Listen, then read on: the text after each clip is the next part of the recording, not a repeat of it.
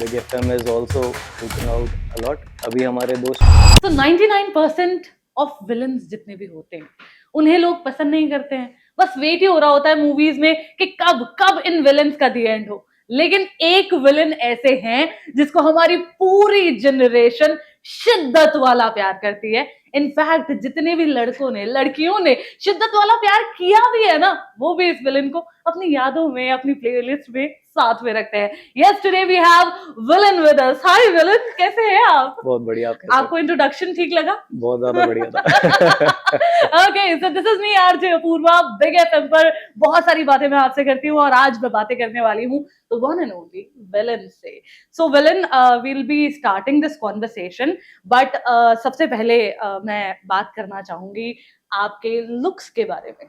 ठीक है, तो जैसे कि हमें पता ही है सारी लड़कियों के क्रश आप बन जाते हैं, सारे लड़के आपके जैसा बनना चाहते हैं। ये जो लुक था ये कैसे इंस्पायर हुआ? ये पता नहीं, अब मेरे को एग्जैक्टली इसकी चेन नहीं पता, बट ये बचपन से ही मेरे को ये जैसे लिप रिंग में पहनता हूँ, ये मैं आई थिंक 4th क्लास में कॉपर की वायर ऐसे छुपा के ऐसे पहन के घूमता होता था। और वो जो एक मैं लंबे वाली रिंग भी पहनता हूँ वो भी तब पहनता था। हाँ जी। तो बचपन से ही पसंद था लंबे बाल। अब मैं लंबे बाल रख नहीं सकता, तो मैंने क्या चीज सोची थी, एक मैं बाकी बाल छोटे होते थे, ऑफ कोर्स कोई पिटाई हो जाएगी, तो एक इतनी सी लट मैं छुपा के अपना एक लंबे करके रखता था, फिर उसको शीशे में देखता था, वो थोड़े से बाल इतने लंबे होते थे। तो ये मतलब बचपन से ही मतलब शौक रहा है मुझे इस तरीके का, बट ये आया कहाँ से एग्जैक्टली नहीं पता। अच्छा, ये नहीं पता, बट जो भी है यार, हमें आपका लुक बहुत पसंद है। हर तरीके से आप जो भी फैशनिस्टा रहते हैं, we all love that. Thank you. तो आपके लुक के बारे में हमने बात कर ली, मैं आपको मेरे लुक के बारे में बता देती हूँ। I am wearing black just because of you. इतनी भरी गर्मी में मैंने सोचा कि यार आज तो विलन का हमें इंटरव्यू लेना है, ब्लैक पहनना बनता ही है। ओके, तो after talking about your looks we have to talk about the talent that you have. You're such an amazing singer. You're such an amazing writer. मैं आपसे जानना चाहूंगी कि ये जो राइटिंग की जर्नी थी, इसकी शुरुआत कैसे हुई थी?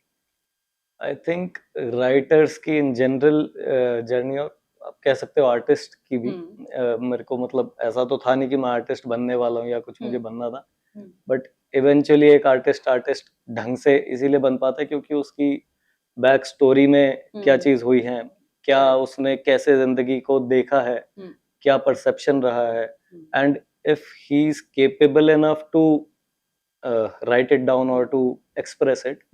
तो बेसिकली बस वही था कि मैं अपनी स्टोरी एक्सप्रेस करने में ठीक ठाक हूँ। That is what. Okay, and if you talk about your musical journey, क्या आपने कहीं से सीखा या सुन के ही सीखा, और कब से शुरुआत हुई इसकी? ये एक रात से शुरुआत हुई, मतलब इससे पहले कुछ भी नहीं था ना, मैं गाने सुनता इतना था ना, आज भी बहुत ज्यादा नहीं सुनता हूँ। तो म्यूजिकली तो आई वाज लाइक वेरी, मतलब एवरेज से भी बहुत नीचे। तो ये शुरुआत बस ऐसे ही हुई थी कि मुझे वो एक रात वाली स्टोरी बतानी थी, तो उसको बनाने के लिए there was a huge process of this musicality and everything. तो वो मुझे इन द प्रोसेस ही सीखनी पड़ी, और आज तक मैं सीख ही रहा हूँ। क्या बात है, an artist is always learning. Yes. Okay, तो आपने एक रात से अपनी जो स्टोरी है वो हमें कहीं ना कहीं बताई ही है। We all relate to it. मैं आपको बता रही हूँ कि उस गाने के कितने दीवाने हैं हम, ये आपको मैं शायद शब्दों में बता भी ना पाऊं, बट हमने सुना तो उस गाने को है ही, बट क्या उसकी एग्जैक्टली बैक स्टोरी रही है, ये अगर आपसे पूछे बिना आपको मैंने जाने दिया ना तो अच्छा नहीं होगा। तो please tell us about the back story of this song. Basically जो बैक स्टोरी है वो एग्जैक्टली मेरी पर्सनल लाइफ ऐसे मिमिक होके ऐसी नहीं थी। It was a different story, और मेरा मतलब I have been through a lot of things जो कि क्यूमुलेटिवली ऐसी, अगर मतलब एक मैं परफेक्ट एग्जांपल उसका सोचूं कि परफेक्टली कैसे जाता, अगर मैं अपनी स्टोरी को चेंज करता और वो परफेक्टली परफॉर्म होती कि बिना ज्यादा परेशानी के, बिना ज्यादा समय वेस्ट करे, तो it would have been how it went with एक रात।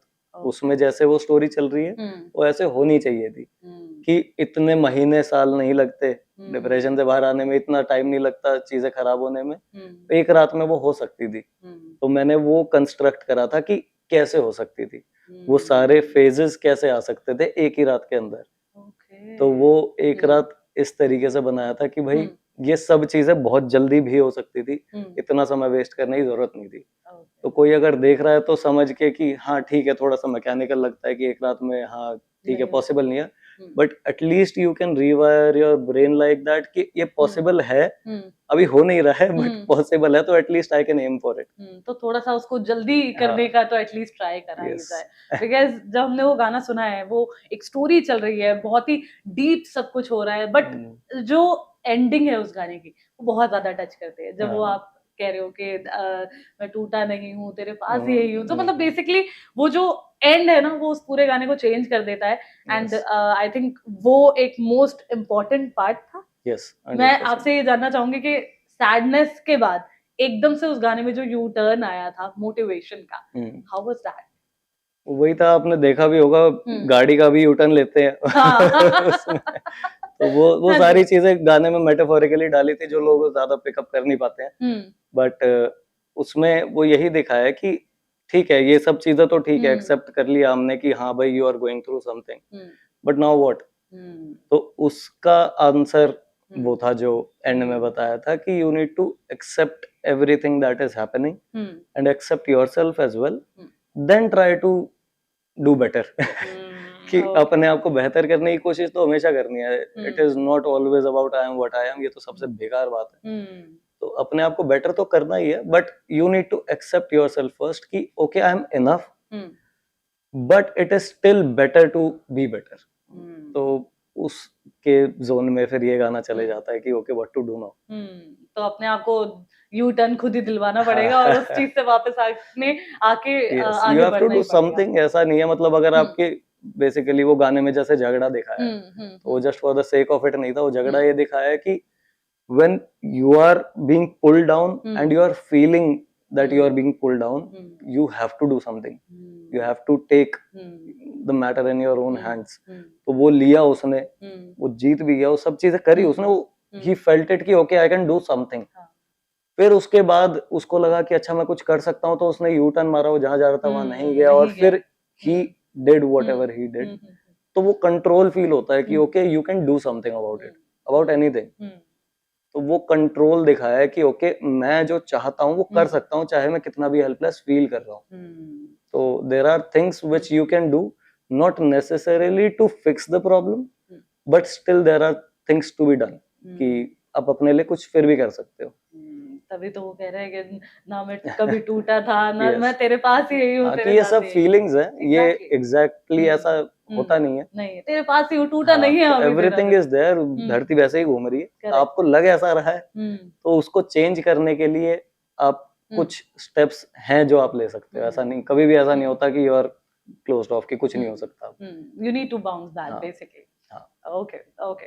तो ये गाना वो है जो हमारे दिल के बहुत करीब है। मुझे ऐसा लगता है आपके बहुत सारे ऐसे गाने हैं जो सबको पसंद है, बट ये गाना वन ऑफ माय फेवरेट है। मैं आपसे जानना चाहूंगी, आपके गानों में ही आपका फेवरेट सॉन्ग कौन सा है?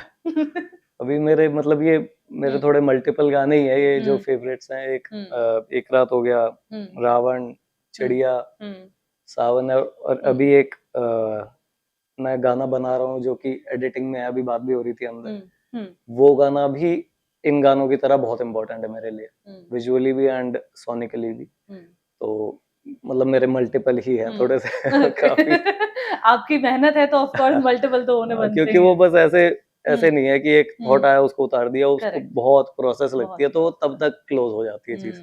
बिकॉज ऑफ कोर्स चिड़िया हमने सुना है, क्यों ढूंढे, जब भी इस गाने की बात करते हैं, मतलब ये जो सॉन्ग है क्यों ढूंढे, मतलब इतना पोएटिक सॉन्ग है, इतना ऐसा लगता है कि दिल से लिखा हुआ गाना है। इस गाने के बारे में भी मैं आपसे बात करना चाहूंगी, what was the thought behind that song? उसके पीछे भी बस यही थॉट था कि देखो जिंदगी हमेशा बढ़िया तो चल नहीं सकती, और किसी की हमेशा बढ़िया चल रही है तो वो बोरियत में मर जाएगा। तो यूनिट मतलब एक बैलेंस होना जरूरी है दोनों चीजों का, कि भाई अगर सिर्फ अप ही अप चल रहा है तो भी आपको कुछ गलत ही लगेगा, मतलब वो सही फीलिंग नहीं आएगी आपको। लोगों को लगता है सब कुछ ठीक चलना चाहिए, सब कुछ ठीक चलेगा तो आपको यही नहीं पता चलेगा ठीक है क्या और खराब क्या है, तो मतलब समझ रहे हो, आपका परसेप्शन ही ब्रेक हो जाएगा। तो क्यों ढूंढे, ये था कि भाई जब आप ऐसे फेज में हो ना, वो जरूरी फेज है कि अगर आपको अभी रात है ना, तो दिन का पता मत ढूंढो, रात का अपना मजा है, उसकी एक अपनी अहमियत है, तो उस अहमियत को समझ के उससे जो भी सीखने का उससे ज्यादा से ज्यादा सीखो, ताकि जब सुबह आए तो अच्छा ज्यादा लगे। उस चीज को आप चेरिश कर सके Yes. बेसिकली। ओके, तो अभी ना जब आपके गाने आ रहे थे, आपके लुक्स के हम सब दीवाने हो रहे थे, वो जो टैटू है विंग्स वाला, उसके इतने चर्चे हो रहे थे, सारे लड़के जितने भी मैं देख रही हूँ आपको बोला हेयर स्टाइल करा रहे हैं, टैटू करा रहे हैं, दीवानगी ऑन अनदर लेवल चल रही है। एंड ऑफ कोर्स जब ऐसा हो रहा होता है ना, तो कई सारी रूमर्स भी हमारे पास आती है, कुछ सच्ची होती है, कुछ झूठी होती है।